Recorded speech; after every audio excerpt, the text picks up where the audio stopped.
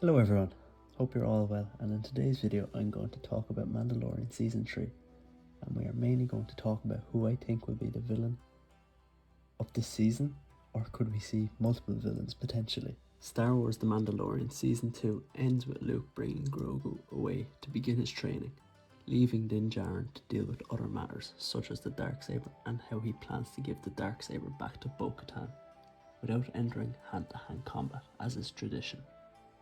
If we fast forward a little bit to the Book of Boba Fett, when Din Djarin appears, otherwise known as Mandalorian 2.0, we see Din Djarin attempt to use the Darksaber, but wounds himself as he is unable to wield the saber properly. As much as I want to see Admiral Thrawn be the main villain, and I'm sure everybody does, as he was brilliant in Rebels, I feel it may be just a cameo appearance towards the end of this season as a teaser for the Ahsoka show. In Season 2, Chapter 13, The Jedi, Ahsoka Tano asks the defeated Imperial Magistrate, Morgan Elizabeth, about her master's location, where she confirms that Thrawn is around, somewhere, even though Admiral Thrawn is yet to make a live-action debut, and with the Ahsoka show coming up, this feels like that show will have Thrawn as the upcoming villain, as Ahsoka is on the search for Ezra Bridger.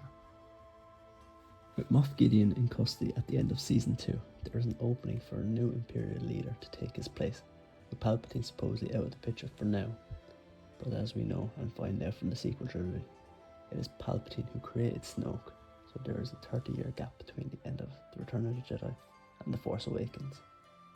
The First Order seemed to be in full effect in The Force Awakens.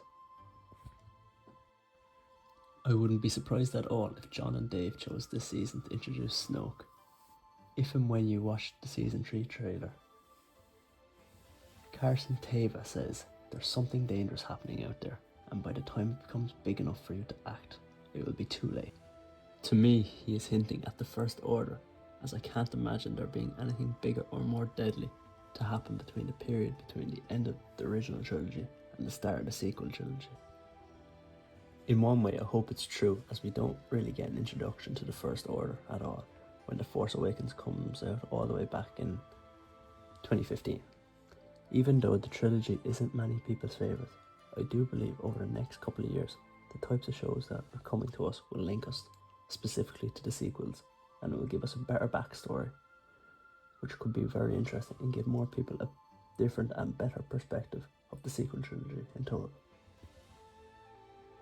It is quite possible that we could end up seeing Bo-Katan become the main villain of this season in the end, as I don't think she would put her pride to one side and allow Din Djarin to hand the Darksaber over as he wanted to at the end of Season 2.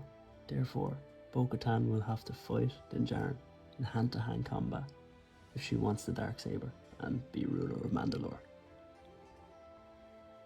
However, what I do think will happen is Bo-Katan will become the main antagonist at the start of the season, as Din Djarin goes back to Mandalore with Grogu to help his people while the season progresses and fleshes out. I can definitely see the introduction of Snoke and the First Order. To me, this is pretty exciting. First off, who would the Mandalorian side with? Din Djarin, formerly of the tribe, before bringing shame to them by removing his helmet, or Bo-Katan of the Night Owls? Then to potentially see how the First Order is formed from the fall of the Empire. Now, I just want to say thank you to everyone for watching. I really enjoyed making this video, as it really got me a little bit more excited to watch the new season unfold.